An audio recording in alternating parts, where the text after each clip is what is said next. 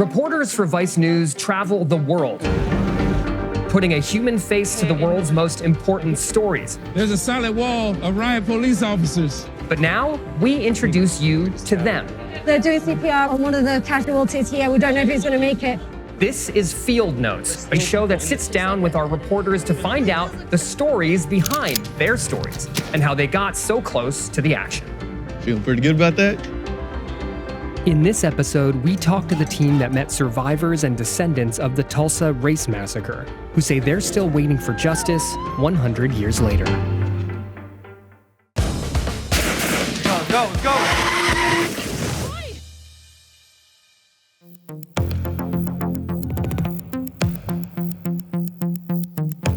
That same sheriff who had Dick rolling in the courthouse building, that's him in the left corner next to that horse. Overnight, between midnight and 5 a.m., they devised a plan, deputized hundreds of white men. Don't let anybody call it a mob, because if you got a badge, you're sanctioned.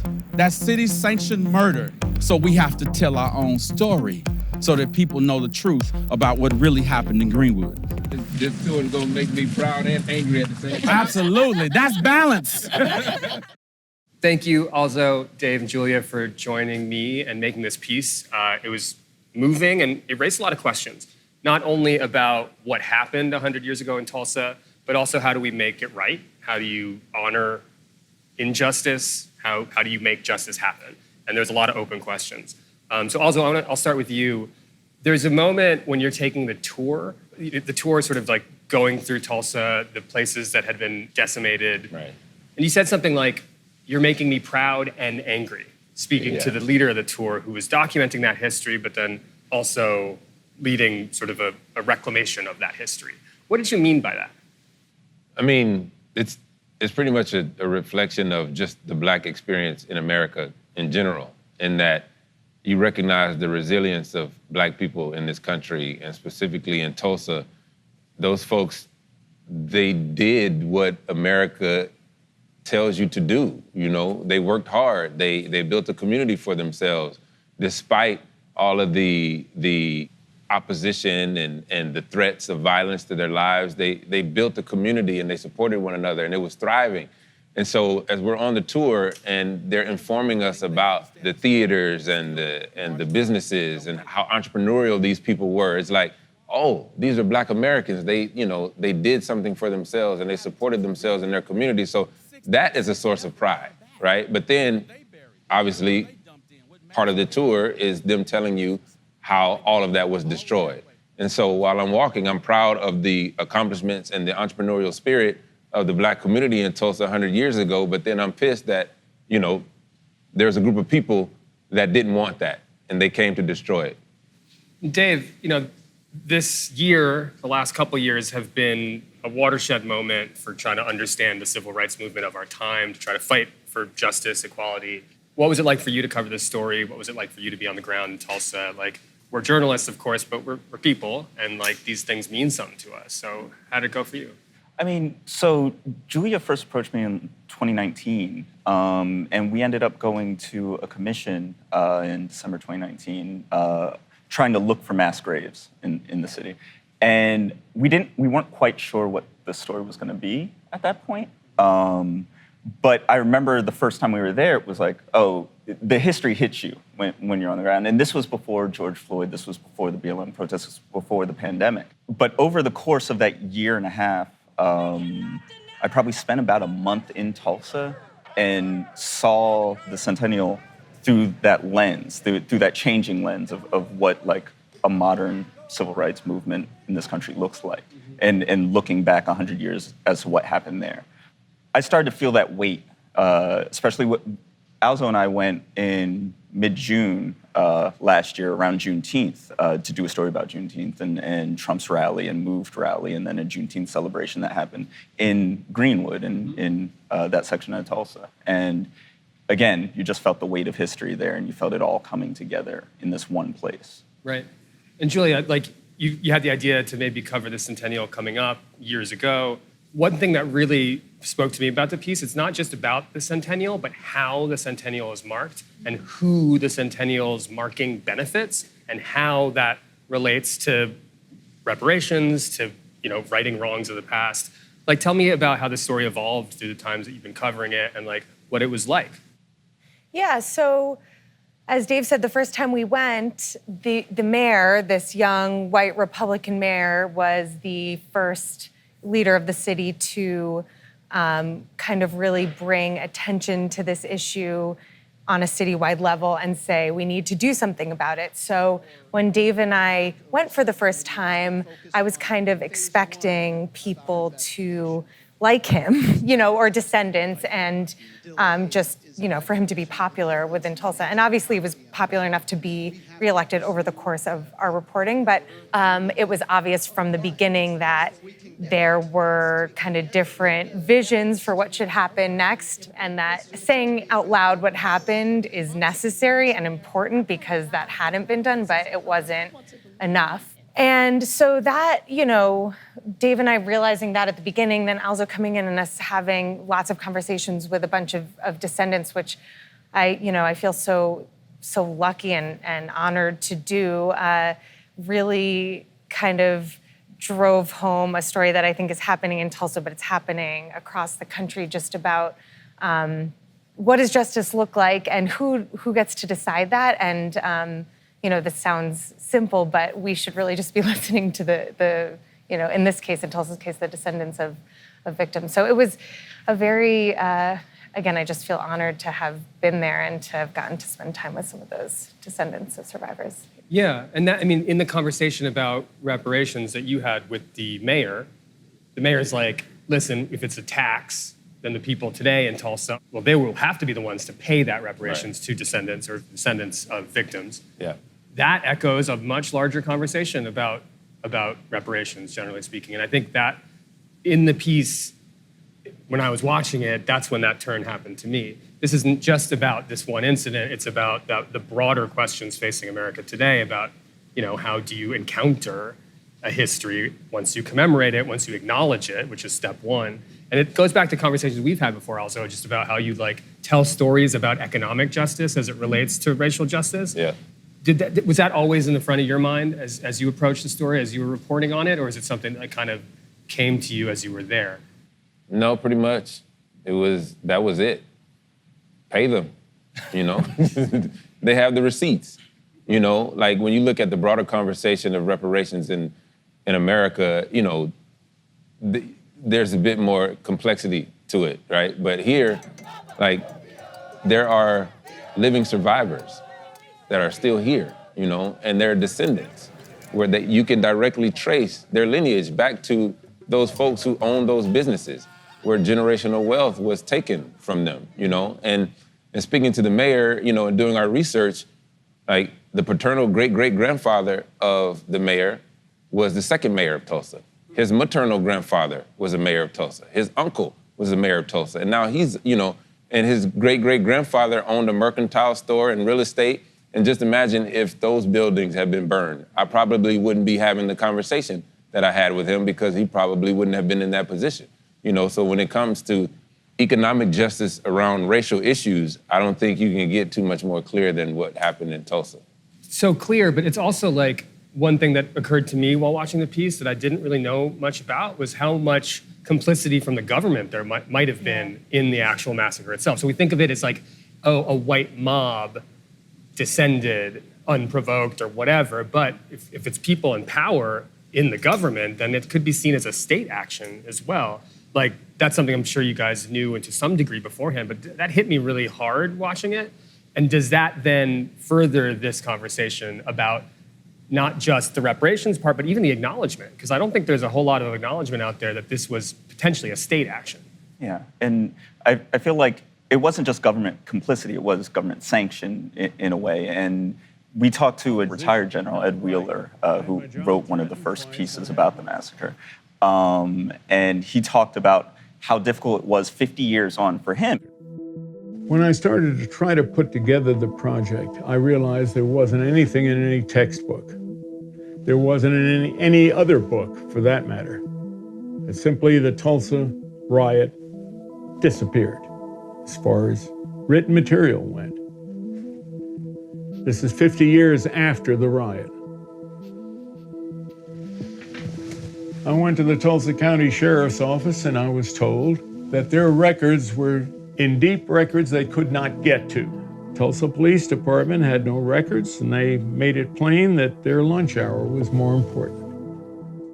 So he was a white man in uniform to even talk to people, especially from the white side of the mob, because they were now 50 years on people in power. 50 years earlier, they were 20-year-olds that ransacked a section of town, but now they were on boards, they ran companies, they were members of government. And I felt that interview was very, very long and slow and unwind, but it was great. It was an incredible experience, partially because I had never, going into that, I was always like, well, damn, this city is super racist, and these people are. And then I was sitting down with him, and it was like, oh, there were people trying to uncover this even, 50 years ago. And he's saying that people were afraid that he would name names. Exactly. And that hasn't really happened either, has it? Like, I mean, I'm not as read in as you guys, but there isn't a whole lot of like, here were the perpetrators. I mean, we saw exhibits at different art museums and stuff, but it's not part of the main conversation, right? Mm-hmm. It's still this anomalous mob, basically. Yeah. I mean, there was one question in which we put to the mayor about the mob being, like, there were members of the mob deputized by the city, right? And so in that respect, the city is directly responsible for what happened. And his response was, yeah, we're in a lawsuit about that, so can't really discuss that at Sure. the moment. So there are lawsuits, there are civil litigation that might be part of the picture of what justice could look like. Yeah. But speaking of museums, right? So like the actual money that is being created from the commemoration of the 100 years anniversary, that's of issue too. Or you guys bring that issue up really poignantly, I think, because it's like maybe millions of dollars that could actually just go towards people, but instead building a museum?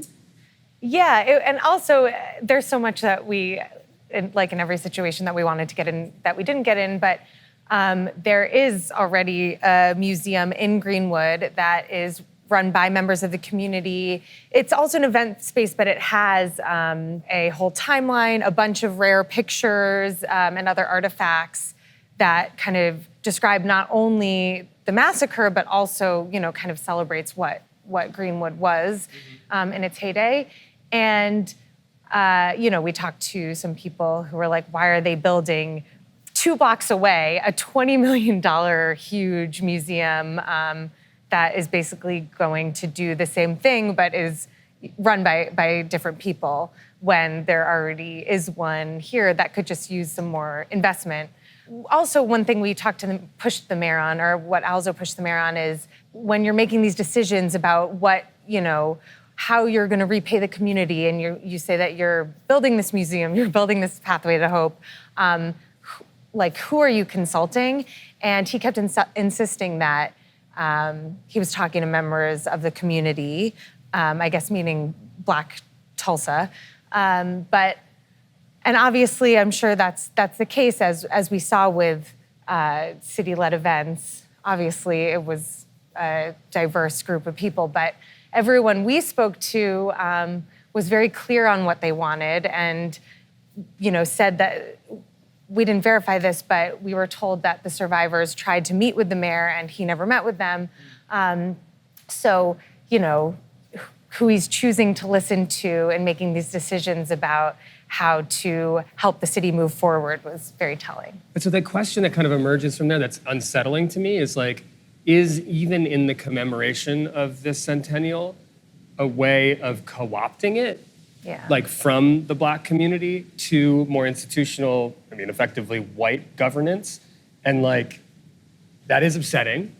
And how fast that happens, right? Because like the public consciousness writ large in America about the Tulsa Massacre didn't really come to the fore unless since like 3 years ago maybe.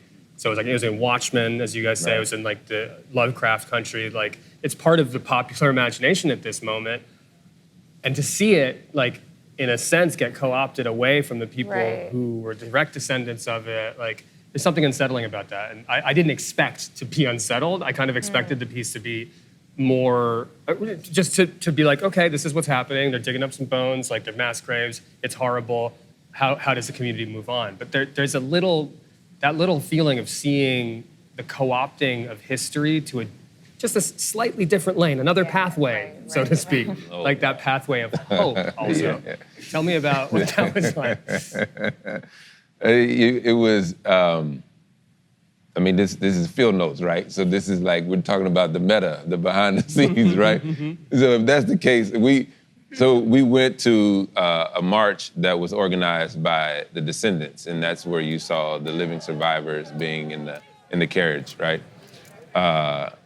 But then in contrast to that, there was the pathway to hope that you see in the piece.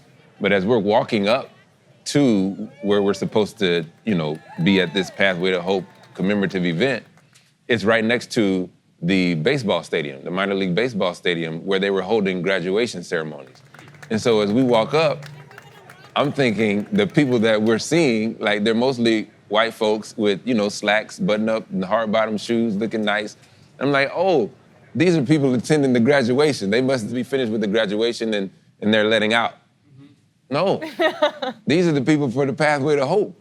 And I'm like, whoa. And that's when it hit me that this is a significant contrast, And as Julia said, there's, we always do these pieces and you want to put more in it than time allows, but at the actual event that the pathway led to, they had seats in the front for the survivors or the descendants. They had like 8 reserved seats in the front. And at the beginning of the ceremony, they make an announcement, if there are any, they knew the survivors weren't there, but if there are any descendants of the victims of the massacre, please come forward. We have these seats reserved for you. Crickets. No one's there. No one's there. It's so disturbing though, right? Because it's like, whose history is it? Right.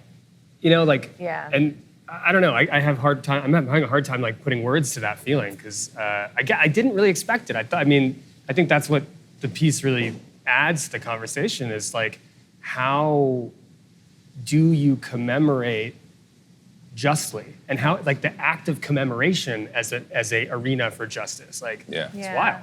And the day after we walked the pathway, there were a number of different marches happening around town, and we had broken up into different teams, and I was walking. I had to walk that pathway, I think 4 or 5 times, and it just became more and more clear to me, and I became angrier and angrier every time I walked it because I'm like, this is the absolute least you could do if you're acknowledging that this was a massacre, if you're acknowledging that this was a crime, this is the least that you can do to commemorate it. You've opened up a crappy pathway next to the highway that you ran through the remnants of Black Tulsa, right? It has fake wood paneling that's all concrete made to look like wood. And it has random photos, not about the massacre, not about Greenwood. Right. It's just it's nonsense. It's nonsense. And every time I walked, I got slightly angrier because it's like this is how they thought this should be commemorated with this. This was nothing. Like it would have been better not to do anything. Yeah, it would have been. And that lease that he's talking about cost $1.75 million. That's right. When that number came out, I was like, well, I wonder where that money could also go or could have gone instead. So a lot of people were asking. And also back to what you were saying about how you commemorate justly. Something else we didn't get into the piece was that, on our last day there, President Biden showed up and he met with descendants, including the man that we spent the most time with, Chief. And, he gave a speech and he talked about how it's important that we raise this issue into the American consciousness and admit how terrible, acts of racial violence like this have been. But, he didn't say the word reparations. And when we met up with Chief right after and, Chief was trying to be optimistic, but was like, I can't help but feel that this is not gonna serve our goals. Even though, again, he was trying to be optimistic. And I think there's a parallel there with the mayor in terms of, using this centennial to raise the profile of Tulsa, raise the profile of the government trying to address racial inequalities, which I'm not saying the Biden administration isn't doing, but just recognizing that something is happening. We've seen time and time again after the mass protests of last summer, it's not enough. There needs to be more, and what the city is doing is, it's just, from a lot of people's eyes, it's not enough. Yeah, and that's sort of the line between co-opting and then just using it as something to talk about politically, but then the follow-up doesn't actually show up. Yeah. And that's like the bigger, broader conversation. Like, not that there were Tulsa race massacres in every city in the country, but there are neighborhoods here in New York that were, for the sake of economic development and otherwise, were torn down. It's a story across the country, and like, this is a locus where you can dig in and really see it, like a vertical core sample of it, so to speak. But it's such a diffuse problem around the country, and if Tulsa can't get it, it really makes you feel like, well, what's going to happen everywhere else? I guess that's not a question. I mean, but you hit the nail. Like it's that was kind of the crux of the piece, is Tulsa as an example of what reparations could look like on a national level. And 100 years is not a long time ago, and there are people that are still living. So if you can't figure out how to pay these people, then how are you going to figure out how to compensate, Black America for the labor and the tears that went into building what this thing is right now? Mm-hmm. Well, thank you guys so much for this piece. Really opened my eyes to a bunch of things, and can't wait to see what you guys come up with next. Thanks, Krishna. Yeah, appreciate that. Always fun to chat with you, bro.